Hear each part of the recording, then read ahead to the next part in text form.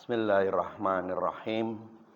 Assalamualaikum warahmatullahi wabarakatuh.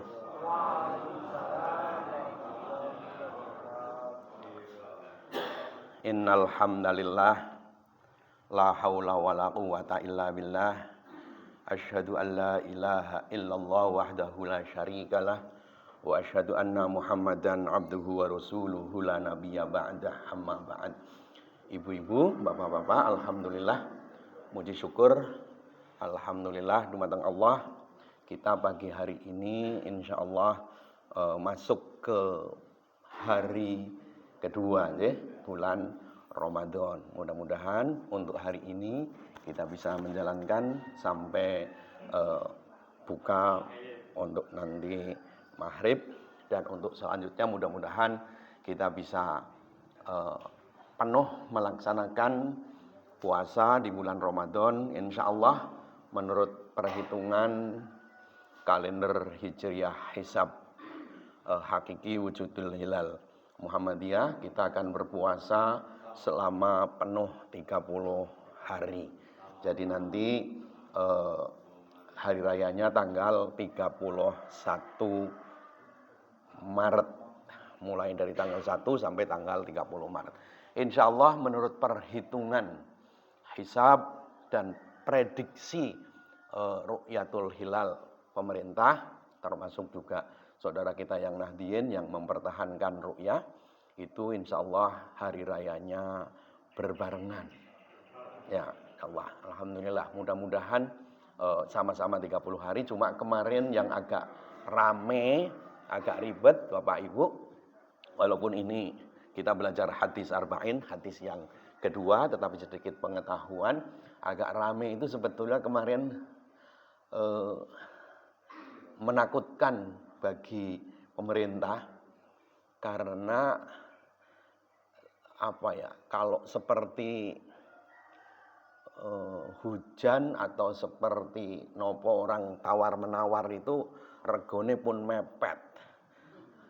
Jadi Muhammadiyah pasti tanggal 1 Maret, tetapi kalau harus ru'yah, antara tanggal 1 atau tanggal 2. Karena yang mungkin tanggal 1 hanya ada di Aceh, Bu. Ya, mulai dari Papua, sampai Jawa, sampai Sumatera sebelum Aceh, itu perhitungannya pasti hari ini, Minggu, Ahad. Tetapi hanya Aceh sebelah utara. Jadi yang diharapkan untuk melihat bulan, melihat hilal tanggal 1, itu hanya tinggal Aceh. Sehingga kemarin rapatnya itu ya sampai agak malam, karena jam 7-nya di Jogja itu di sana masih jam 6. Sehingga ya memang rapatnya sampai menunggu. Dan informasi dari teman saya yang ikut rapat di rapat isbat itu ya agak di dalam, di belakang panggung. Itu kan ketika pas Pak Menteri presentasi mengumumkan, itu kan di depan panggung bahasanya. Di belakang panggung itu ya rame gitu. Itu agak alot, karena di Aceh sendiri yang mempertahankan ru'yah itu banyak yang nolak. Jadi saudara-saudara kita muslim yang Aceh pun mulai Ramadannya banyak yang hari ini tidak ikut kemarin. Karena betulkah bulan itu bisa terlihat pada saat hampir semua di wilayah Indonesia hujan, mendung, jadi hampir tidak mungkin kelihatan. Tetapi sudah ditetapkan, ya oke, sudah tidak apa-apa. Maka mudahlah kalau kita ikut Muhammadiyah, terprediksi sejak awal jelas, maka sampai hari ini Muhammadiyah menggunakan hisab hakiki. Mudah-mudahan tahun depan nanti Muhammadiyah sudah mendeklar kepingin menggunakan KHGT. KHGT ini kalender Hijriah, kalender Hijriah global tunggal. Jadi makanya sedunia itu kalau berhari rayanya, berpuasanya, mudah-mudahan bisa bareng. Cuma tantangannya berat Bapak Ibu. Beratnya sudah hari ini PBNU sudah declare, PBNU sudah mengatakan PBNU tidak mau ikut KHGT. Nah, padahal belum dikomunikasikan lah. Kalau sudah begitu berarti kemungkinan akan berbeda terus itu sulit itu. Tetapi tidak apa-apa, namanya berjuang. Oke Bapak Ibu, kita lanjutkan hadis kedua dari kitab Arba'in Nawawi. Yang pertama kemarin temanya adalah hadis ini rawi pertama sahabat Nabi yang menginformasikan ke generasi dari generasi sahabat tabi'in, atba'ut tabi'in sampai kepada kita itu adalah Umar bin Khattab. Umar bin Khattab adalah khalifah yang kedua yang nyentrik. Kalau kayak hari ini adalah beliau adalah juara MMA tanpa pernah kalah.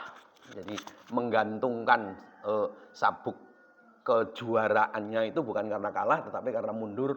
Beliau sudah senior sehingga mundur. Jadi kalau zaman dulu Bapak Ibu di Makkah itu setiap tahun itu perlombaannya banyak lomba. Jadi seperti di Indonesia juga di Jawa begitu. Kalau di Jawa ada panahan model keraton yang dengan duduk gitu. Namanya jemparingan gitu. Kalau di sana bela dirinya adalah ya pasti manah. Terus yang kedua tombak, yang ketiga ini yang banding-bandingan seperti MMA. Juara MMA-nya itu Khalifah Umar bin Khattab. Sampai beliau mundur belum pernah terkalahkan. Nanti juara yang lain adalah yang tidak suka adu fisik, sadunya syair, sastra. Syairnya nanti yang menang puisi, terus yang lain-lain itu nanti digantungkan di sekitar Ka'bah. Jadi kebanggaan. Jadi Ka'bah sejak dulu memang tempat pusat peradaban sejak zaman dahulu. Ini Umar bin Khattab. Yang pertama kemarin pertanyaan tentang Islam. Yang kedua pertanyaan tentang iman sudah dijawab. Pertanyaan ketiga kemarin adalah tentang ihsan. Ihsan yang tergambarkan di Nusantara, di Indonesia. Ihsan adalah apabila kita menyembah, apabila kita berbuat sesuatu di antaranya kita beribadah, kita harus merasa bahwa kita sedang berhadapan, berkomunikasi dengan Allah Subhanahu wa Ta'ala. Maka Bapak Ibu, kalau dalam fikih, sholat itu sah asal sudah menutup aurat. Kalau laki-laki itu hanya pakai sarung saja, kira-kira di atas pusar itu sampai dada lah itu, maunya sini, atau tidak hanya pakai sarung, pakai kaos singlet saja, terus pakai sarung itu sudah sah sholatnya. Kalau ibu-ibu ya normal lah itu, karena memang harus pakai mukena. Kalau bapak-bapak seperti itu. Tetapi apakah pantas menghadap Allah dengan cara berpakaian pada batas minimal begitu? Nah, itu karena apa? Karena ketika kita sedang sholat itu kan seperti sedang kita diminta untuk seperti sedang berhadapan dengan Allah. Mosok berhadapan dengan Allah cukup pakai kaos singlet. Kekelurahan saja kan kayaknya ditolak itu untuk pergi. Nah, tetapi ya itulah kalau terpaksa memang adanya itu yang bersih, yang suci, itu seperti salah seorang sahabat Nabi itu informasinya itu ketika diperhatikan itu kok selalu jamaahnya kok enggak pernah bareng dengan istri. Kalau bapaknya yang datang itu kok istrinya enggak ikut. Kalau istrinya yang datang kok suaminya kok enggak ikut. Setelah ditanya ternyata hanya punya satu kain, Pak. Nah, itu kan lucu gitu. Artinya kalau bapaknya sedang sholat, ibunya enggak pakai kain. Wudu. Ya mungkin kain hanya sekedar untuk menutup tertentu. Tapi tidak bisa untuk dua-duanya bareng dengan sholat. Sehingga kalau ibunya sedang sholat, bapaknya terpaksa harus minim pakaiannya. Nah, pada zaman Nabi seperti itu. Mengapa? Iyalah, kain pada zaman Nabi itu kan memang masih sangat sedikit, terbatas. Bayangkan Bu, enggak usah di sana. Di Indonesia 1400 tahun yang lalu sopo sing nganggo kelambi Bu nang Indonesia.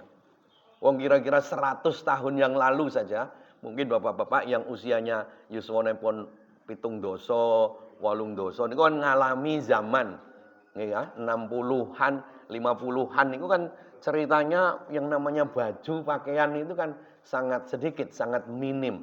Ini apalagi masih 1000 tahun yang lalu. 1400 tahun yang lalu di sini barangkali malah belum berpakaian. Kalaupun pakaian masih pakai kulit pohon itu mungkin seperti itu. Bapak Ibu, saya lanjutkan pertanyaan seseorang yang berpakaian rapi, rambutnya masih mengkilap, masih rapi, masih menghitam, tidak kelihatan orang bepergian yang digambarkan oleh Umar bin Khattab. Ini orang aneh, anehnya kita tidak kenal, bajunya masih rapi, rambutnya juga masih rapi, kok sok akrab dengan Nabi. Tanyanya kepada Nabi tidak ya Nabi Allah, wahai Nabi. Tanyanya kepada Nabi tidak dengan kalimat ya Rasulullah. Biasanya para sahabat kan menyebut ya Rasulullah. Ini kok tanyanya ya Muhammad, ngoko banget gitu. Orang ini sopo, sudah ngoko, begitu tanya itu, begitu dijawab, langsung jawab sodakta, benar jawabanmu. Itu kan tanda tanya siapa. Ya, yang terakhir, orang ini tanya, ya Muhammad, akhbirni anisa'ah. Nah, pertanyaan berat. Wahai Muhammad, kabarkan, ajarkan kepadaku, ceritakan kepadaku, kapan terjadi kiamat. Oh, ini pertanyaan berat, Bu. Kapan terjadi kiamat? Sampai-sampai kalau kayak di Indonesia beberapa waktu yang lalu 2000 berapa? 2012 atau itu ada film itu kiamat gitu itu. Film kiamat, terus ada ramalan besok 2000 sekian kiamat, 2000 sekian kiamat. Sudah banyak sekali ramalan kiamat, tapi alhamdulillah sampai hari ini kita masih bisa melewati ramalan-ramalan itu. Kalau dari sisi agama, Islam mengatakan Nabi Muhammad ditanya kapan terjadinya kiamat, Nabi Muhammad saja jawabnya diplomatis, Bapak Ibu. Apa diplomatis? Jawabnya di sini. Qala, Nabi Muhammad jawab ketika ditanya, akhbirni anis-sa'ah. Kabarkan padaku kapan terjadi kiamat. Nabi jawabannya, mal mas'ulu anha bi'a'lama minas sa'il. Mal mas'ulu anha bi'a'lama minas sa'il. Orang yang ditanya tidak selalu lebih tahu daripada yang bertanya. Nah, ini para sahabat juga gumun lagi, bingung lagi. Iki sopo, Nabi kok jawabnya begitu. Ini kan persis seperti kalau orang yang ditanya itu tidak mesti lebih tahu daripada yang bertanya. Ini kan persis seperti guru di sekolah. Ketika guru tanya pada murid, itu bukan berarti gurunya tidak tahu. Nah, ini sudah mulai dibatin oleh para sahabat, termasuk Umar bin Khattab. Ini mesti tidak sembarangan. Ini orang bukan sembarangan. Karena Nabi jawabnya juga, Nabi jawabnya kok orang yang ditanya itu tidak mesti lebih tahu daripada yang bertanya. Oh, berarti yang bertanya jangan-jangan lebih tahu. Berarti ini gurune Nabi Muhammad. Kira-kira kayak gitu. Cuma belum mengidentifikasi siapa ini orang. Opo Nabi Khidir ya gitu. Karena Nabi Khidir itu kan Bapak Ibu sampai hari ini cerita tentang Nabi Khidir ini agak rumit untuk umat Islam. Kalau Nabi Muhammad jelas ada peristiwa lahir, peristiwa meninggal. Nah, untuk Nabi yang agak unik juga ada peristiwa lahir tetapi peristiwa meninggalnya itu tidak selesai. Yaitu Nabi Isa. Nabi Isa itu lahirnya ada informasinya. Quran juga menginformasikan. Putra dari ibu namanya Maryam. Tetapi uniknya tidak punya bapak. Bukan karena Maryam hamil tidak nikah. Tetapi memang direkayasa oleh Allah untuk hamil tanpa reproduksi. Kekuasaan Allah.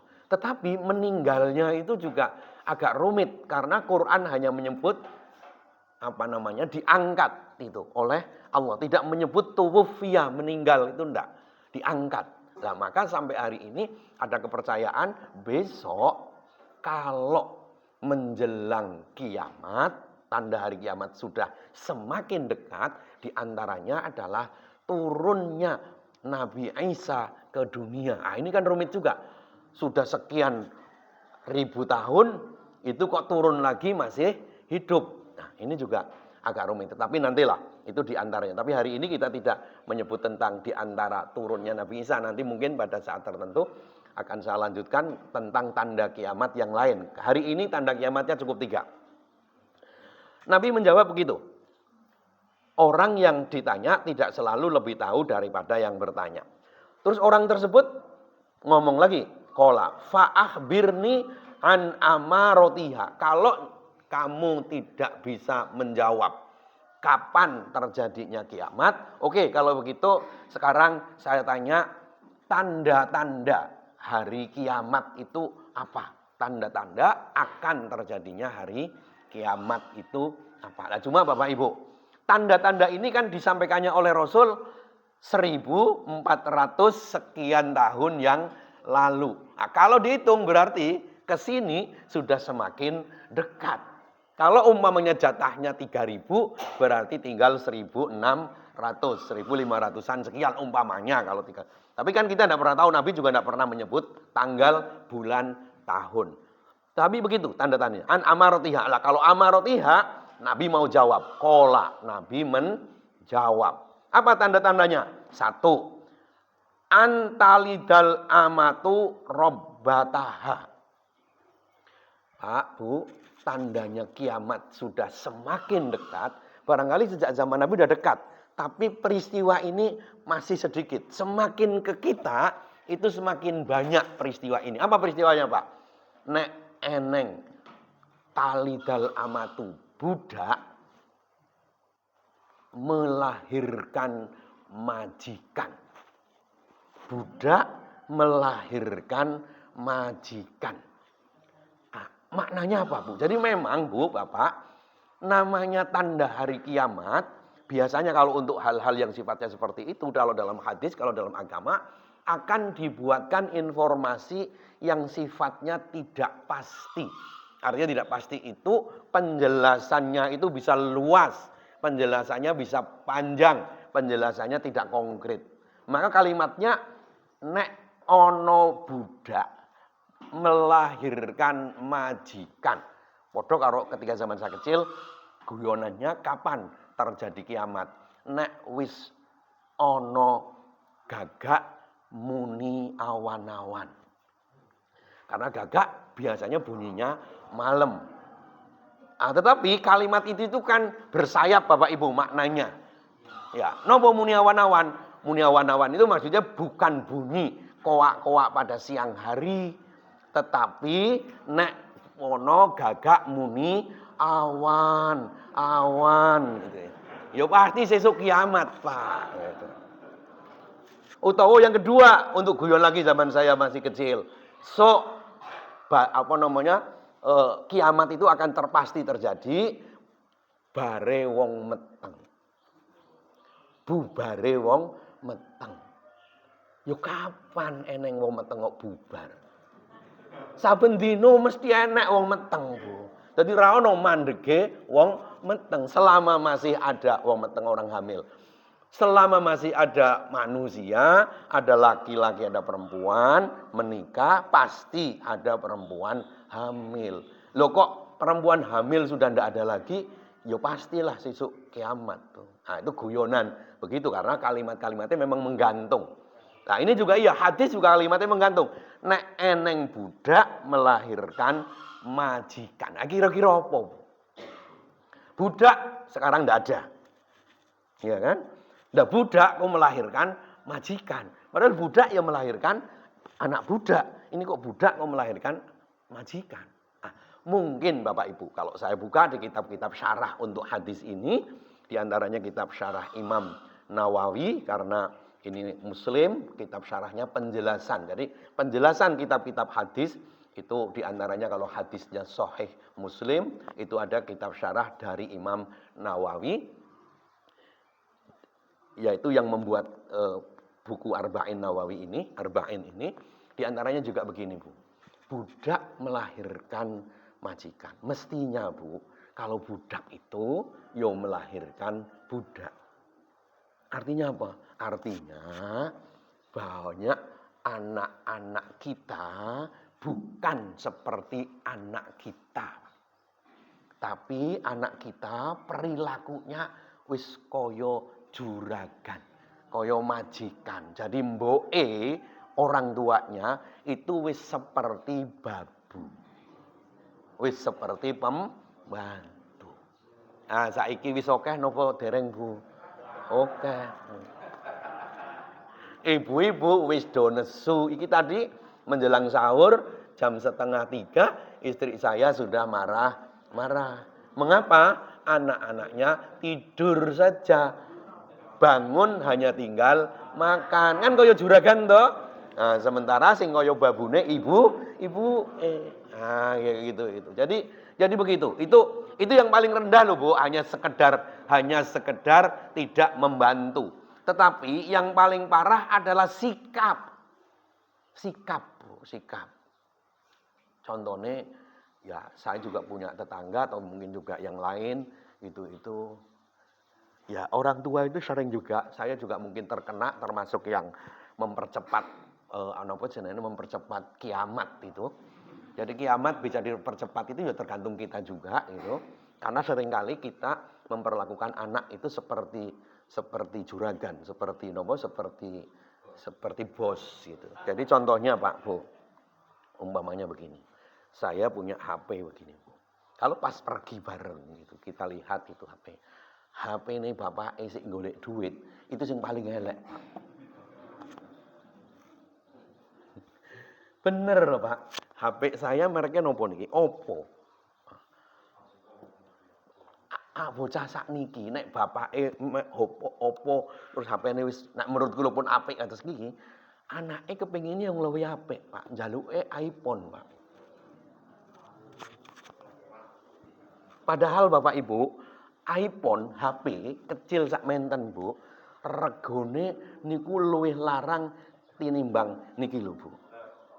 Nek iPhone niku gambare sing niki Bu apel kerowak. Jenengan iso ndelok Bu kula tak pamer sakniki. Nek eneng laptop, eneng HP niku kok gambare apel kerowak niku menunjukkan regane larang. Niku apel kerowak niku. Agung. Niku apik Bu karena apa sing ngangge Pak Agung. Bapake sik ngangge. Nangge bapak anake niku iPhone-e serine sing terbaru aja-aja kayak gitu foto-foto iPhone terbaru. Artinya kan namanya seperti itu. Nanti juga ada yang lain. Jadi diantaranya adalah sikap, Bu. Sikap anak. Kalau itu kan dari kita gitu, tapi itu juga mempengaruhi loh, Bu. Kadang-kadang dalihnya kita sayang, tetapi sebetulnya kurang mendidik. Tapi kadang-kadang yo ben gelem sekolah, ben gelem ngaji gitu njaluke seperti itu.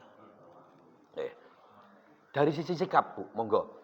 Kita bisa menghambat kiamat itu dengan cara mendidik kita yang baik. Durhaka, Bu, karena persoalan durhaka kepada kedua orang tua itu adalah bagian integral yang tidak dipisahkan siapapun. Nah, ketika seperti itu bukan hanya anak kita loh, Bu. Tetapi itu juga menyangkut kita karena kita itu juga anak loh, Pak, Bu. Bagi orang tua kita. Sikap kita kepada orang tua kita itu mencerminkan anak atau justru mencerminkan majikan. Kita punya anak, terus dengan dalih kita repot, anake dimbruke nanggone simbahe. Simbahe jadi pembantu, Bu. Kita jadi majikan. Kadang-kadang simbah bayangane nek anake wis do mentas, do omah-omah kabeh kepengin istirahat nganggur, terus direpoti putu. Kadang-kadang dititipi ora guru siji iso loro. Iso papat. Ya ora apa-apa dari sisi sayang, dari sisi ekonomi karena memang mungkin belum bisa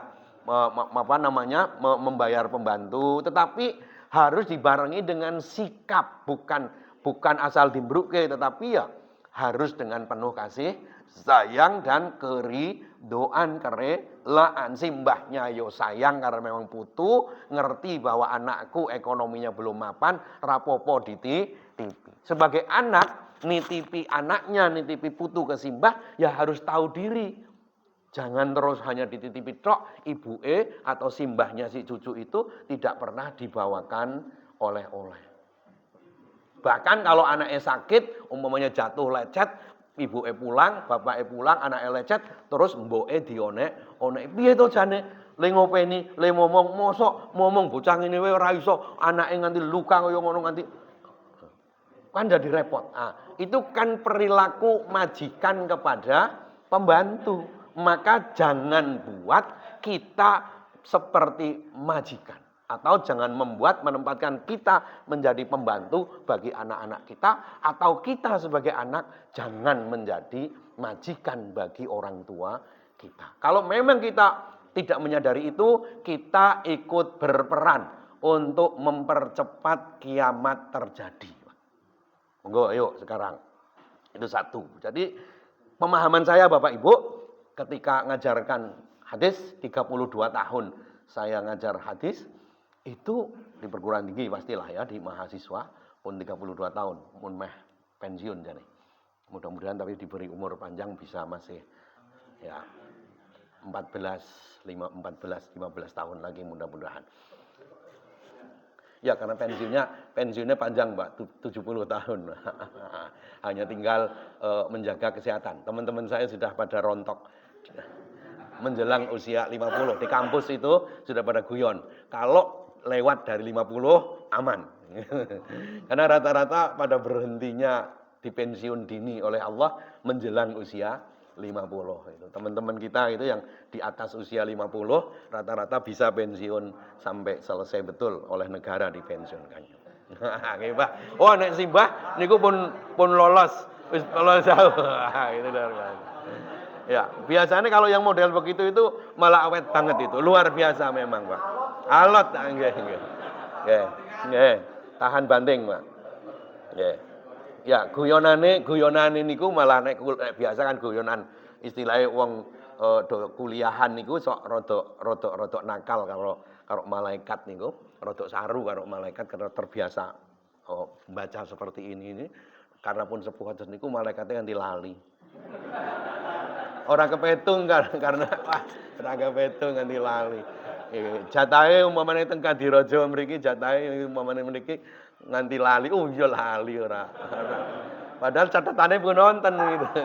Begitu kan lali. Esuk meneh wae kapan gitu. Sisan keliwatan, Bang. Kelewatan, enggak apa-apa, guyonan gitu. Yang satu, yang kedua Bapak Ibu. Ini menakutkan lagi, antalidal amatu robbataha. Yang kedua, wa antarol hufatal uratal alah ri'a asyai. Yang kedua apa namanya? Antalidal amatu robbataha wa antarol hufatal uratal alah ri'a asyai yatatawwaluna fil bunyan. Yang kedua Bapak Ibu. Kalau ini memang pada kiamat itu hanya ada dua kalau di hadis ini. Yang kedua, nek sampean podo roh. Kalimat yang pertama adalah antalidal amatu robbataha. Kita bisa berperan, Bu. Kita bisa berperan. Yang kedua, kalau kita yang sudah menyaksikan, wa antaro, kalau kita sudah menyaksikan, karena banyak di sekitar kita, hufatal uroh, wong sing sendal wae ra duwe. Nyeker, bahasane sederhana, nek sampean wis weruh, eneng wong gaweane hari-harinya itu nyeker. Nyeker niku napa ya? Itu kan kasar ya, tetapi bahasanya nyeker itu kan biasa mpun. Artose umpamane zaman kula sekolah nang pondok tahun 80 niku mesti ora nganggo sepatu jenenge nyeker. Artinya kalau ini bukan hanya sekedar nyeker pengen sehat, jalan-jalan supaya refleksi, itu mboten. Tetapi memang orang duwe, alas kaki we ora duwe. Teng Arab niku kan panas, mesti harus pakai alas kaki. Alas kaki we ora duwe. Itu kalimatnya, tapi nanti bisa yang lain. Yang kedua, uratal alah, alas kaki orang duwe, kelambi itu ya orang duwe. Nek lunga ngendi-ngendi nyeker terus orang nganggo kelambi. Itu bukan karena panas, tapi karena memang orang duwe kelambi. Hanya sekedar menutupi aurat yang minim saja. Itu artinya kasarnya sederhananya Bapak Ibu, tidak punya tempat berpijak, tidak punya tempat untuk berteduh. Nek turu di atas tanah, di kolong langit. Berarti sebutannya sederhana sekarang adalah tunawisma. Utawa sederhananya wong kere mindeng. Wis kerene tenanan. Wong kere. Ya. Homeless, tidak punya rumah. Tapi homelessnya wong Amerika, homeless niku nganggone mobil karavan pindah kemana-mana, ndak punya rumah, tetapi omahe melaku-melaku mobil. Sederhananya adalah sederhana banget, umpamanya pokoknya wong miskin, Bu. Wong yo lemah ra duwe. Gitu.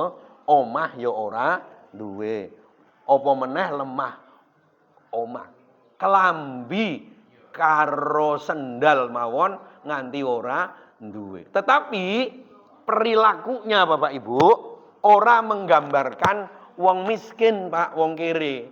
Tetapi perilakunya yatatawaluna fil bunyan.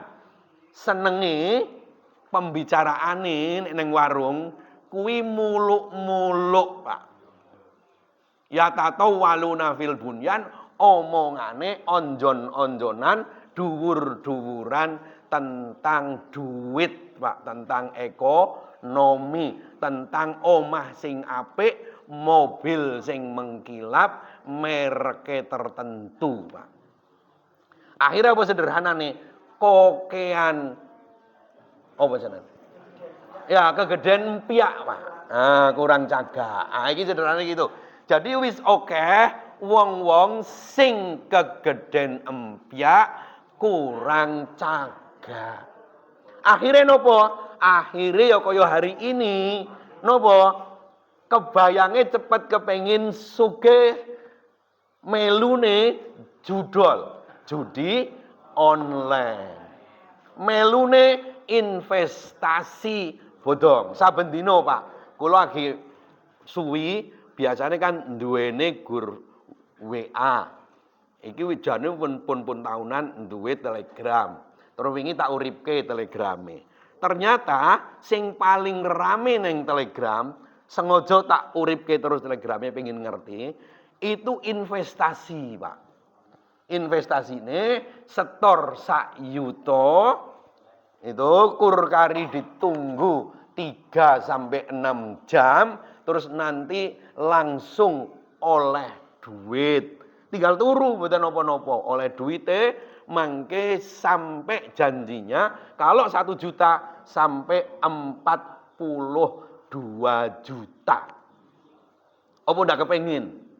Pengin banget. Apa meneh napa? Setiap menit ada kalimat di situ eneng wong gimana caranya kalau ikut begini terus ikut. Ada tulisan transfer 1 juta.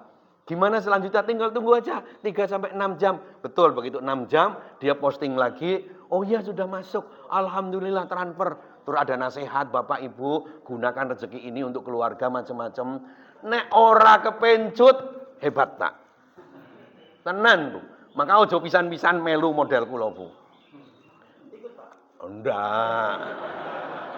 Saya hanya mengamati kanggo cerita. Mengapa? Setelah saya amati, mengapa begitu Pak? Keyakinan saya, kuwi padha karo ketika saya diajak oleh bapak saya diajari ke pasar kambing, ke pasar hewan. Mesti eneng tukang sodoke dolope, Pak. Sing posting-posting ngene, sing takon-takon terus mesti dolop. Nang apa mesti dolop? Karena bahasane seragam. Saya tahu persis. Modusnya bahasa Indonesianya, modusnya sudah ketahuan. Jadi jane koncone dhewe dari 10 postingan mesti eneng 1-2 sing memang keblusuk melu, Pak. Nah, sapa ora kepengin, Pak? Sak yuto seminggu balik dadi 40 yuto. Ya kepengin. Ya tak tahu karena bayangannya apa? Bayangane ben kepengin sugih. Loh, judi online, Pak. Indonesia, Pak. Judi online sampai kalau sekarang karena kemarin sudah diinstruksikan untuk ditutup, lumayan lah sekarang karena ganti menteri komunikasi, karena kemungkinannya juga pada saat itu pegawai komunikasi itu terlibat, tetapi susahnya di Indonesia Pak, susahnya di Indonesia. Ketika judi online, yang terlibat petugas yang suruh nutup. Gitu Pak. Saiki luwih geger Pak Indonesia Pak. Awake dhewe termasuk kula, karena kendaraan kula 2000 cc, yes, alhamdulillah untuk mensyukuri kula ora nganggo Pertalite, nganggone Pertamax, Pak. Ternyata Pertamake campuran Pertalite. Coba Pak, setahun negara, pemerintah, rakyat rugi 193 triliun setahun. Setahun. Padahal nek dihitung informasi ini sudah 5 sampai 6 tahun. Nek wis 5 tahun kira-kira sudah mendekati 1000 triliun, 1 kuadriliun, 1000 triliun, Pak. Lah nek 1000 triliun kuwi gur dibagi wong 7, sing sakniki sing cekele wong 7. 1000 triliun dibagi wong 7, wong siji kebagian pinten niku?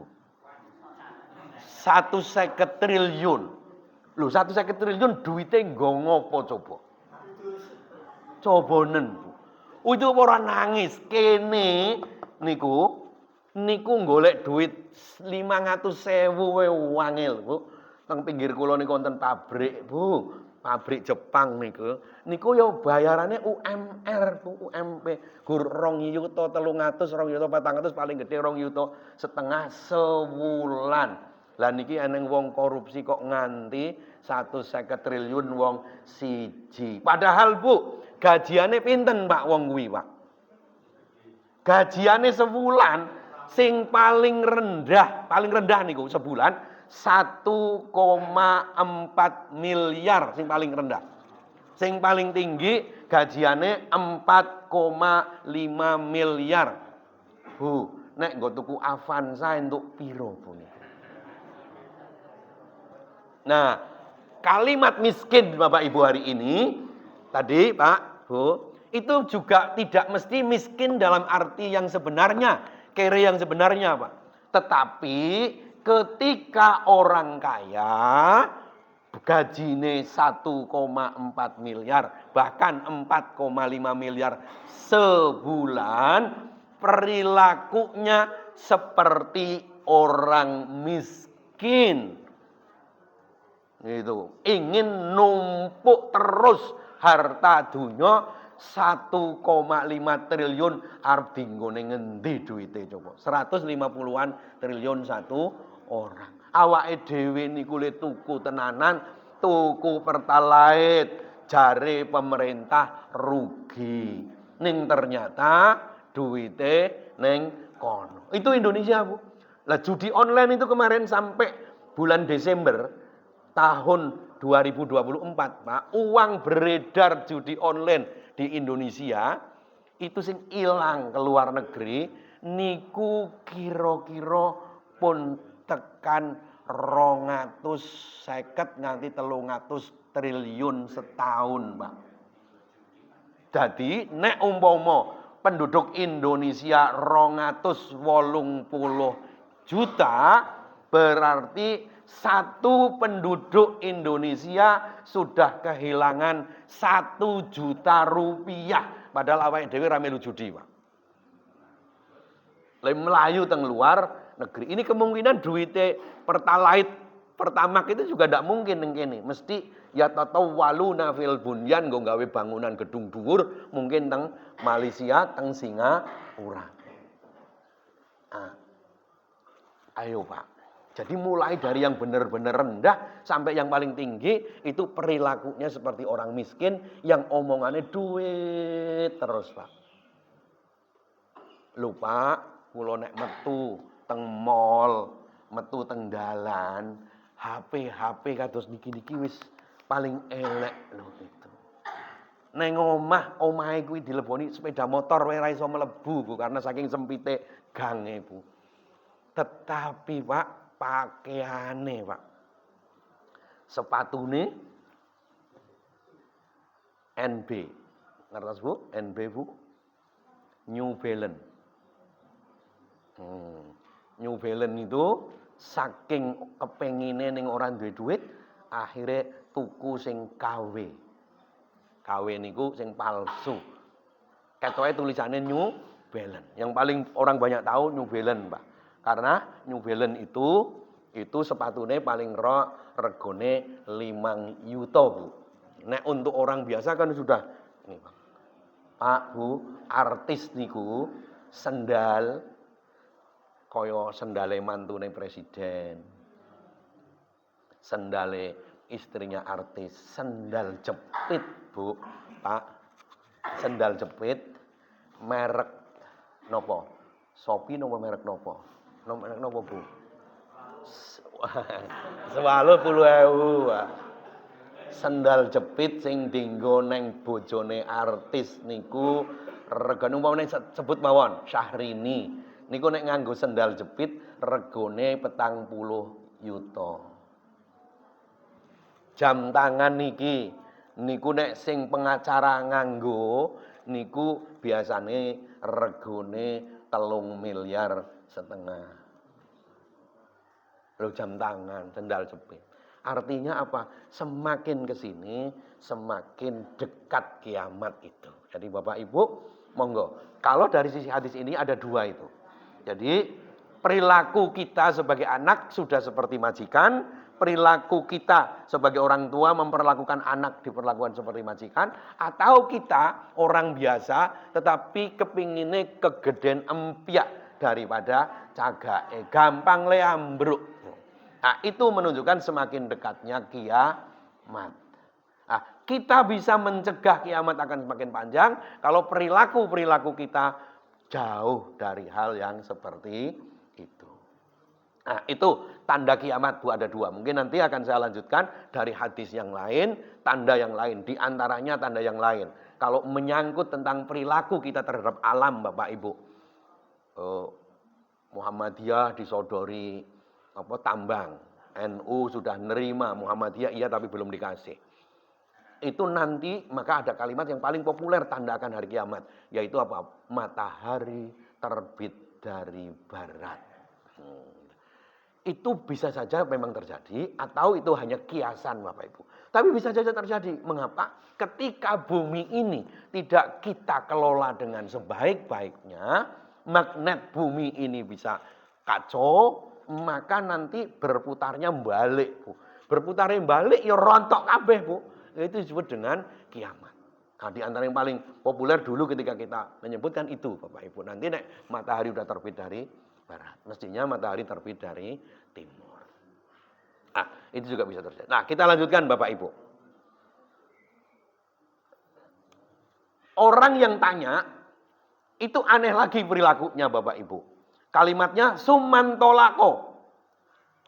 Ora pamitan. Begitu dijawab bahwa tanda hari kiamat nanti nek eneng budak melahirkan majikan. Kalau ada orang miskin tetapi perilakunya seperti orang kaya, lomba kepenginnya tampilannya dan macam-macam itu seperti orang kaya. Omahe wis apik banget, Bu.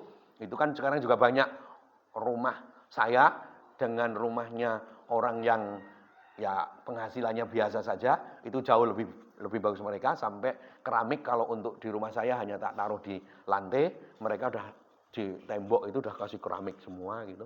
Kan tampilannya lebih bagus itu. Omahe tidak pakai plafon biasa tapi sudah pakai gipsum dengan berbagai macam. Apik banget omahe. Itu kan ya tatawaluna fil bunyan. Setelah diberi penjelasan begitu, orang ini terus meludus lunga, Bu. Fan sumantolako. Tiba-tiba wong kuwi terus ngeloyor lunga begitu saja. Iki Umar, kan sopo to iki wong? Wis takon dijawab panjang-panjang begitu. Begitu selesai terus langsung ngeloyor ora pamitan. Sumantolako. Orang itu tiba-tiba pergi begitu saja tanpa kata-kata. Falabistu malian.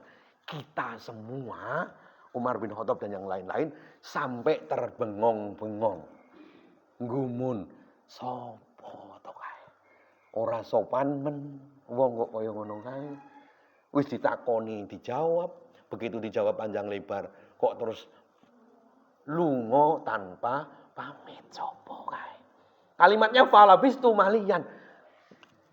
Saya, kalimatnya Umar bin Khattab, aku kuwi nganti apa deleg-deleg. Apa deleg-deleg ya, Bu? Ya. Domblong, nganti bingung.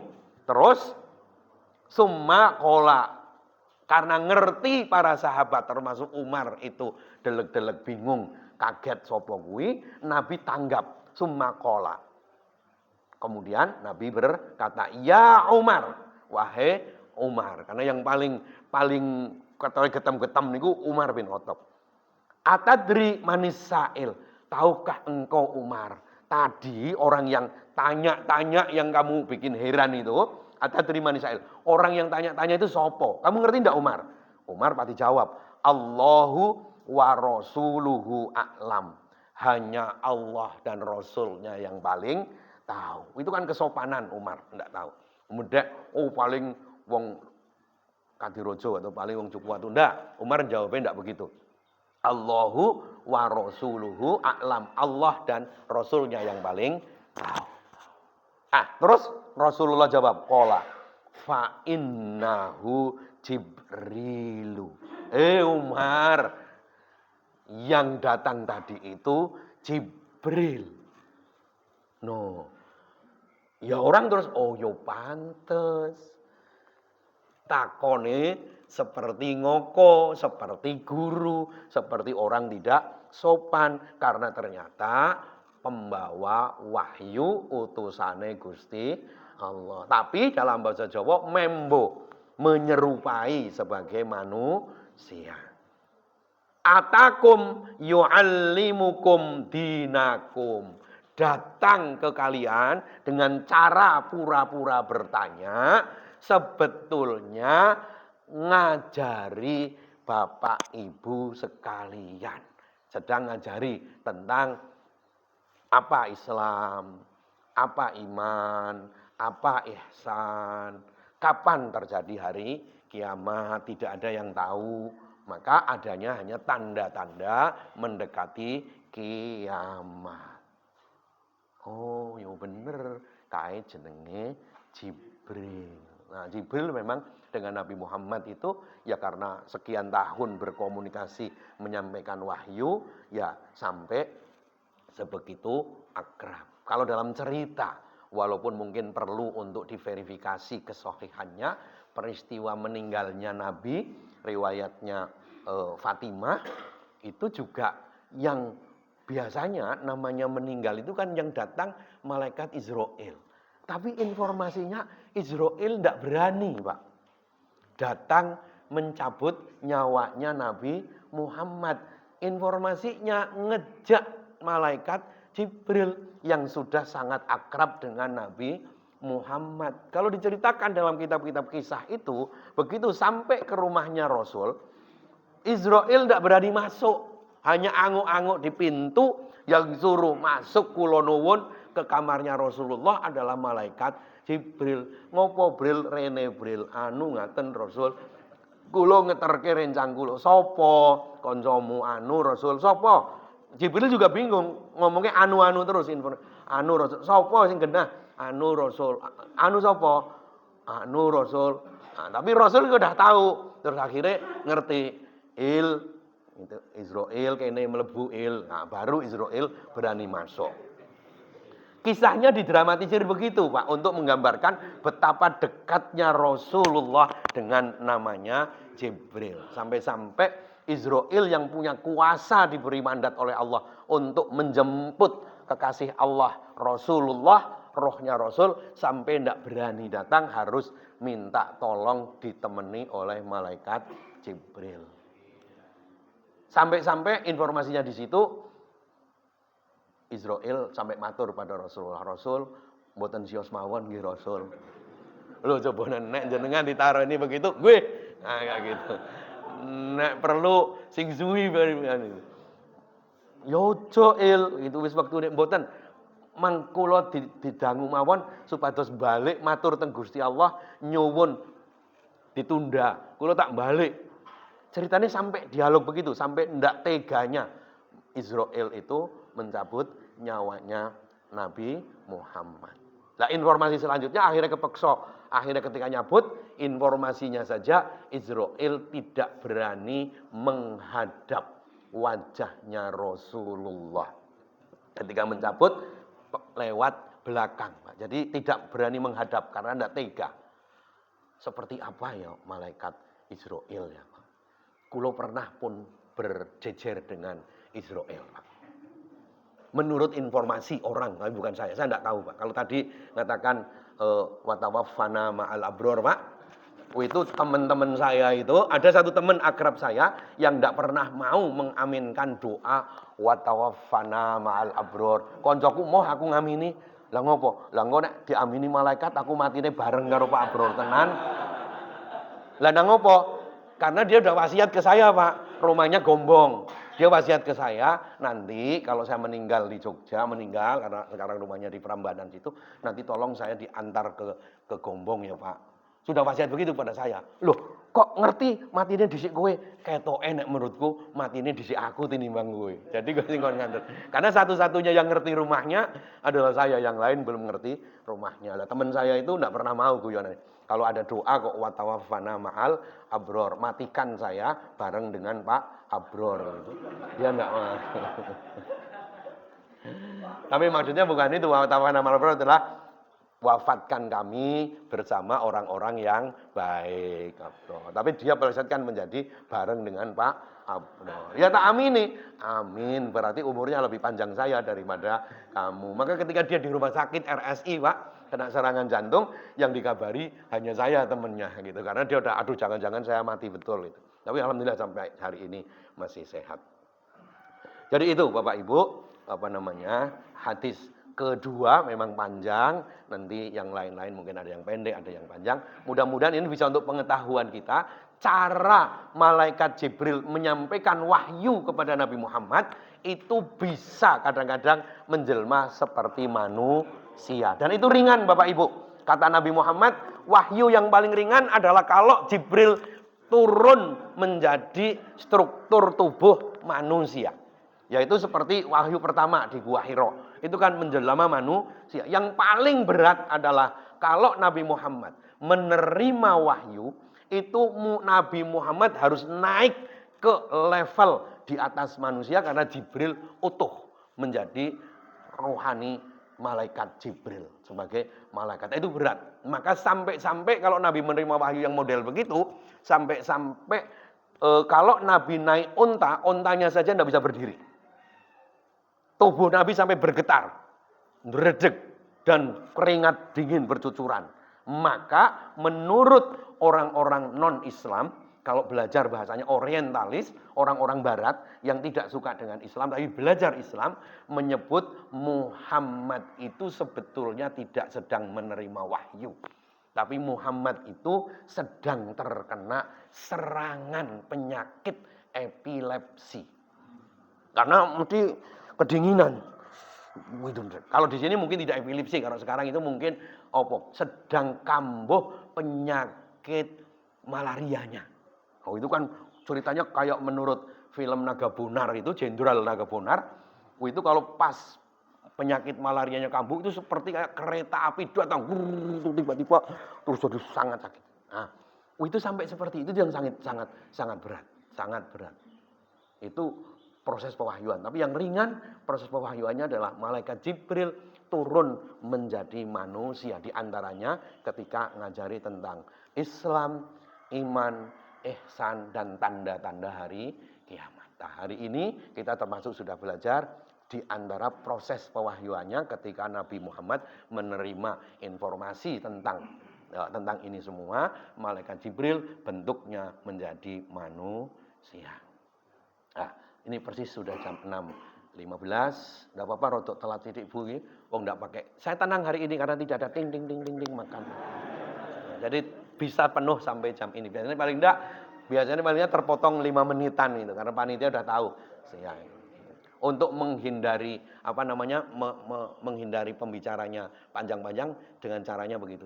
Karena dulu zaman saya mahasiswa caranya juga begitu, Pak. Kalau sudah rapat, umpamanya HMI, nomor IMM, niku sudah rame mau oncal-oncalan kursi itu, panitianya tanggap. Langsung piring dionek-onek ke, Pak. Kalau udah kelending bayangannya kan madang. Nah, itu rada reda, Pak. Manusia itu nek wis ngeleh gampang nesu, Pak. Makanya nah, mudah-mudahan kita bisa lanjut nanti kita bahas hadis yang selanjutnya yang ketiga, termasuk nanti bisa nambah-nambah tentang tanda-tanda hari kiamat kapan. Tetapi pasti apapun tanda-tandanya tidak ada yang bisa mengatakan pastinya kapan. Semuanya hanya tanda-tanda hari kiamat semakin dekat. Kurang lebihnya mohon maaf. Mudah-mudahan sekali lagi puasa kita nanti bisa berakhir sampai maghrib nanti. Tidak banyak godaan, gangguan yang menerpa kita. Dan mudah-mudahan puasa kita, ibadah kita nanti diterima oleh Allah Subhanahu wa ta'ala. Amin. Sampai akhir bulan Ramadan. Assalamualaikum warahmatullahi wabarakatuh.